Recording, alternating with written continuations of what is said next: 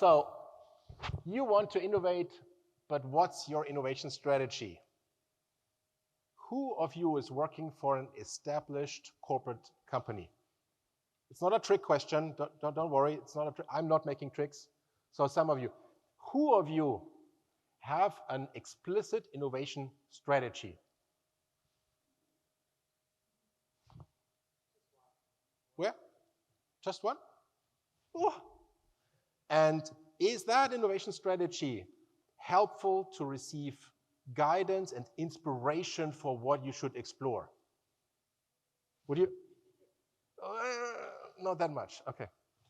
I'm really excited about this topic because in my work with clients, I found it really helpful for them to have a high quality innovation strategy.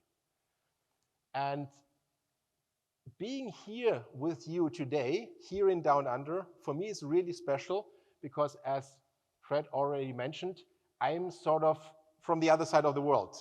So down under, up over, kind of, right? Other side of the world. I'm from Munich, and this is me in my little studio. And I did already some work with innovation teams from Australia. I'm currently working also with innovation teams in Australia. But so far, I had never the chance to be on site here in Australia to give a talk. So this is really very special for me. Let me start by saying this. I really love this book. I truly do. So great respect for Alex Osterwalder, for Fred, and also for Lucy coming up with that content, because in there are so many good ideas and perspectives for companies who want to be relevant and valuable beyond the business that they are doing today, in the understanding that every business sooner or later will get under pressure. Change kicks in, disruption kicks in, and then the business will fade out. And maybe then also the company will get under pressure if the company did not do their homework on becoming invincible. So what does it take to become invincible? First of all, such companies need to reinvent themselves over and over and over again. They need to have, or they're having, a track record on innovation, on business innovation. While they are successful with their existing business, what they do is they keep searching for new business, for business of the future. What they also do is they compete on superior business models. They are not looking only into technology innovation or product innovation. No, they also look in business model innovation because they understand that the main part of being competitive comes from the design of the business model for that business. And number three, transcend industry boundaries. They don't care about in which industry they are at the moment. If they see an opportunity to create value for customers and make a good business from it, they do it, just like that. And in order to become an invincible company, companies must work on this entire continuum. Fred already showed this. So with a focus on exploit, where it's all about managing the existing business, incrementally improving, but also then explore new business opportunities, so business for the future. So what's happening here is basically they try out business ideas before they implement it. And why do they do this? Because we have high uncertainty here. So the likeliness that a business idea will turn out to be a successful business is pretty low. And that's why we try it out before we implement it. And when it comes to innovation, and we all saw that, so it's necessary to, again, work on this entire continuum. You need to do efficiency innovation, optimizing your existing business, but you also need to do transformative innovation, where it's all about new business models, value propositions, and entirely new businesses. And here is where we have to admit that we don't know. We don't know what's working and what's not working when it comes to the success of the business. I'm not talking technology, I'm talking about what is successful business. And then, yes, of course, there is this in the middle, sustaining business, where it's all about staying relevant with a product line. So entire continuum, right? And when we ask for what is an innovation strategy then, and if we ask ChatGPT, then she comes up with a good innovation strategy should focus on creating new value for customers, improving operational efficiency, and driving growth for the organization. Again, capturing the entire continuum. However, if a company wants to become invincible, they need to focus on the left side, right? On transformative innovation and the higher risk sustaining innovation. So here is where teams are exploring business ideas up to the point that the innovation risk is reduced that much so that we can say now it's safe to implement, because we know, not only believe, no, we know that this business idea in this configuration will work as a business. And this is the moment where we put this into the exploit portfolio. Michael showed these two portfolios together. And all the people that are doing the work here, teams, head of innovation and his or her team, and also all the people in the innovation jury, every now and then, several moments throughout the explore work, they have this question in mind. What is our strategy here? What is our strategy in becoming an invincible company? What should get explored to support our corporate strategy? Or in other words, what is our explore innovation strategy? And this especially comes up, for example, on a team level, where teams are exploring business ideas and where they are wondering, in order to be supportive for our explore innovation strategy, how should we configure our business idea to better work with our existing strategy?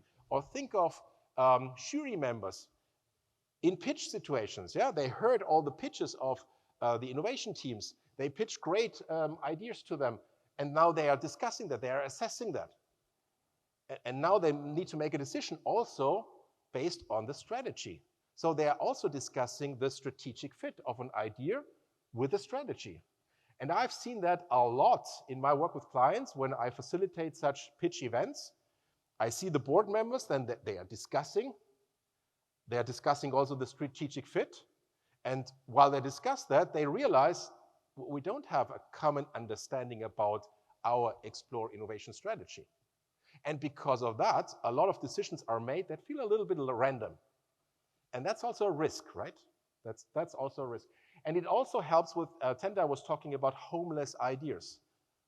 This is also a cure for making sure that nobody is working on homeless ideas, so that we are really interested in the ideas that get explored. So our question is, what is a helpful explore innovation strategy? And I started to think about that 1.5 years ago, because I saw the issues in innovation management, especially in the explore part, in my work with clients. So what I want to do today is I want to share some ideas, some thoughts, some perspectives on that, how this could look like.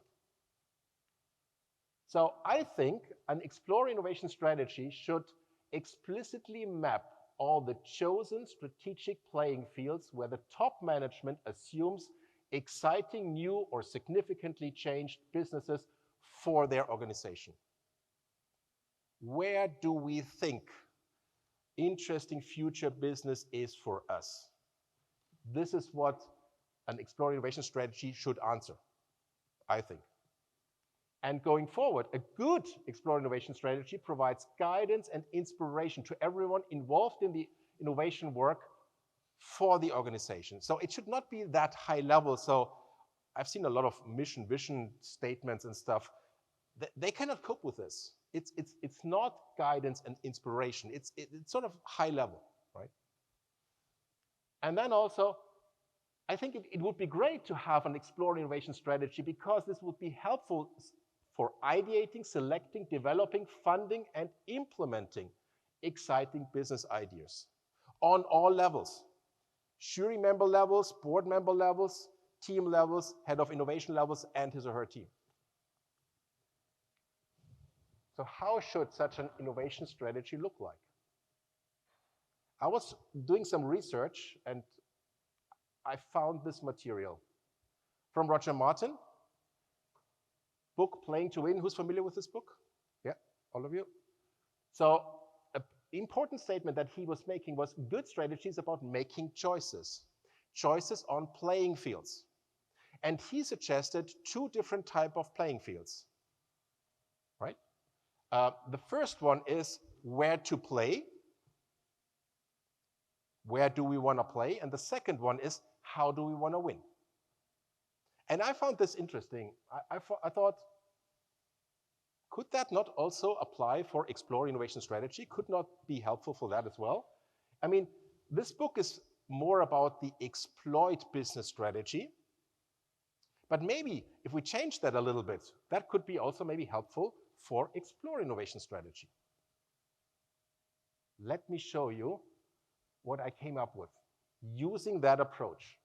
So first of all, my suggestion is we should define go-playing fields. Where to play, similar to what Roger Martin was suggesting. Where do we assume new business? And there you would come up with region, industry, customers, and demand areas. Something like in Australia, in healthcare for general practitioners, trying to do early stage cancer diagnosis, something like that. If you cannot come up with all content on all 4 levels, then maybe 3 levels. But try to get to this like precision level on a strategy point of view. And from them, you would have several, like maybe 4 or 5 or 6, but not 20, not 100, not all of them. You make choices. Choices of where you think, what are the most interesting where to place. And then also what you should do, you should define how to succeed. And this is now a change compared to what Roger Martin was suggesting. He had how to wins here. But when it's about winning over something or someone. So competition comes in. But when it comes to business ideas and explore work, we're not so much after the competition. We are looking more towards the customer. We want to be successful creating value for the customer and then make a successful business from that, right? We're not that much looking onto the competition at this point in time. And that's why I felt it's maybe better to change that a little bit. I changed it to how to succeed. So how do we want to be successful in the where to place? And what comes in here is then technologies, business model patterns, trend regulation, partnering approaches, something like that. And again, you would come up with a couple of them. Not all possible, but you're making choices. So these are the go-playing fields. But not only this, what I'm also suggesting is maybe you should also define no-goes. Stuff that you don't want to do or don't want to do anymore. So where not to place, and examples that I heard in my work with clients so far is, for example, we don't want to do business in Russia, no business in the defense sector, or no B2C demand areas. And same thing also for the how to succeed, how not to play, no consulting, no drone business, no data outside the country of origin, no mass customization, no technology, XYZ, whatever, for whatever reason. So this is all stuff that should not be looked at or should not be looked at anymore. And everything that is not defined here is sort of in the gray zone and need to be looked at separately. But this is something that the top management should define, should agree, should discuss, and should provide as guidance and inspiration. So how would this look like? Like on a company group level. Generic example. Maybe on a group level, the where to place would only be defined on the business units, right? But maybe and how to succeed is defined on a group level. Something like, for next year, we only want to look at business ideas that help us or our clients to be more circular economy, right? So maybe that is a prerequisite for all the explore work. And then for business unit 1, you have a selection of where to place and a selection of how to succeed. For business unit 2, you have the same. If you have more business units, then you also have more. And then you also have a no-goes. So where not to play and how not to play. And you have that explicit. And you have that agreed by the top management. And if you have that, then the entire organization wanting to work in innovation, in explore innovation, can think about, okay, what are business ideas that would support this strategy? Or what are business idea configurations that would support this strategy? How can I configure my business idea so that it would better fit with the strategy? but only if it's really explicit, right? I also thought about how could you initially come up with such an explore innovation strategy? And what I found helpful is you do a first round of interviews with the top management and innovation experts, mainly within the organization, working on the question, what playing fields should get explored or should not get explored? And this round of interviews need to be prepared upfront by the core team, who is typically in the core team, head of innovation and also head of strategy. It would be great if they are working together in coming up with this. And then I would suggest to use what you have in the organization in order to inspire the interviewers. What would be potential playing fields? What would be go playing fields and non-go playing fields? And maybe you came across or you did some work on the environment assessment, similar to what Michael showed before, or maybe you have outputs from trend monitoring or tech monitoring, or maybe you have other content that you can use in order to kind of define go or non-go playing field candidates. Because that is really helpful in these interviews to get fruitful thoughts. What could we think about when it comes to go or no-go playing fields? So after these interviews, and I don't know, maybe these are 20, 30 interviews within the organization, then the core team starts to come up with a first draft of the Explore Innovation Strategy. And with that draft, they're going again into a round of interviews, now with the top management, with a question in mind, if this would be our next or our initial Explore Innovation Strategy, what do you think? Could you live with that? What changes do we need to make so that top management can agree that? Because that's super important. It's not only helpful that it's explicit, it needs to be agreed by the top management, that they say, this is our Explore Innovation Strategy.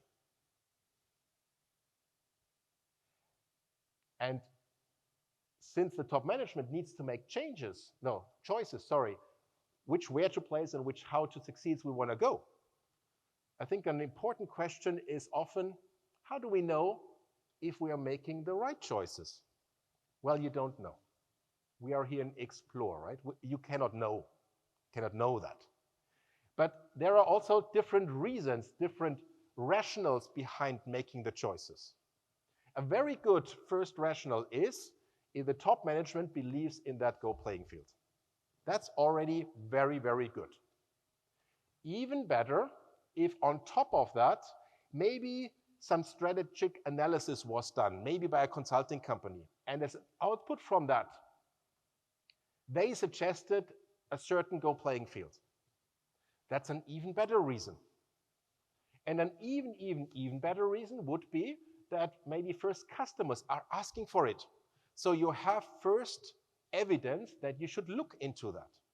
So as you can see, from the bottom to the top, the reasons become stronger to choose playing fields. So if no one is passionate about a playing field, why would you choose it then, right? And another question with that is, what's the risk behind making wrong choices? And I would say the risk is maybe pretty low. If you select the go playing field and you find 2 or 3 teams, I don't know, working on a business idea in that go playing field, they work on it like for 3 months and they're coming back and say, yeah, we explored it, we tried everything, that's not a good area for us. Customers are not happy with that, they ignore us, we cannot make a really good business for us that's interesting enough. We would suggest to not go after this go playing field again. Fine. What have you invested then? The work of maybe 2, 3 teams for 3 months. That's it. So this is a typically type B decision. The company is not at risk if you're making this decision. And the amount of money we're talking here about is, the company would not go bankrupt. For sure not. It's not a type A sort of decision. Maybe you know that from Amazon, Jeff Bezos. He's working with his type A and type B decisions. Type A decisions is where the company could go bankrupt if this goes wrong. But type B decisions, they are easily reversible, such as this, right? So not a big deal. And it's in particular not a big deal because I think it's a good idea to look at the strategy every year. Every year, the top management should have a look again onto the strategy to make changes, to adjust it. Maybe some new how to succeed, some new go playing fields will be added. Maybe some of the existing will be taken out and some of them will be adjusted. No problem. Why not? Right? Every year you look at it to make sure that this is always up to date. And now also, I think a very important question is how to enable the top management to develop and involve an explore innovation strategy every year. And I think what's fair to acknowledge is that the top management, typically, they're super busy and also super successful in the exploit. They're not so much in the explore, not on a day-to-day basis. So what I realize is they typically, they appreciate inspiration, they appreciate help. And when we talk about inspiration, when we initially come up with such a strategy, we could put together potential playing field candidates to inspire them. We could put together reasons why they should be, why these playing fields should be chosen or not chosen. And maybe also from year 1 to year 2 and to year 3, maybe the head of innovation can, run a program where every month there would be a trigger for the top management. Maybe you would invite the keynote speaker on a topic. Maybe you would invite customers to talk on a special topic that would then go into a where to play or a how to succeed. So to keep them inspired so that the next and the even next explore innovation strategy from a discussion point of view and also from a mindset point of view and for a reason point of view why choices are made will become richer and richer and richer. Because I think what's also true is if you have no explore innovation strategy, is a little bit like that. If I would ask my wife, let's go out, please get dressed, and my wife would say, well, great, what should I wear? Where are we going? And then I would say, well, I can't tell you, it should be a surprise. It could be kayaking. It could be, let's go out in the opera house in Munich and have a nice opera. It could be a very nice dinner. It could be beaching at one of our lakes. It's a surprise, right? It's a little bit like that. If you're not providing strategic guidance where to go. But if you have something like that, and if someone in the organization wants to innovate, then you could say, yeah, you want to innovate? Here's our explore innovation strategy. This is where we assume interesting, exciting new business for us. Go after that. Any questions, any comments?